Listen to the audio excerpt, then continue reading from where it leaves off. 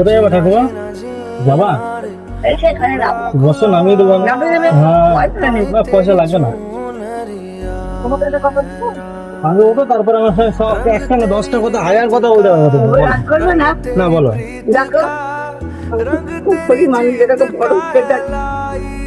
যদি কেউ যায় টাকা পয়সা দিতে বরফ খাও কেন? কিছু পয়সা নেই, জিনিসপত্র কেনার পয়সা নেই, কেউ নেই আমার। কোথায় বাড়ি তোমার? বাড়ি আমার বাড়ি তেঁতুল তলা। তো এইখানে কোথায় এসছো? আমি কাজ খুঁজতে বেরিয়েছি। তো বরফ খাচ্ছ তুমি? হ্যাঁ, হায় রে, কি খাবে বলো তুমি এখন? তুমি বরফ খাচ্ছো? কি বলছি শোনো না, বলো। আমি একটু চিংড়ি মাছ কিনবো হ্যাঁ, আর 1 কিলো 2 কিলো আলু কিনবো। হ্যাঁ। আমাকে 50-100 দিলে খুব ভালো হবে। তুমি কাঁদছো কেন? তোমার ছেলে মেয়ে নেই? কেউ নেই, দাঁড়াও এখানে।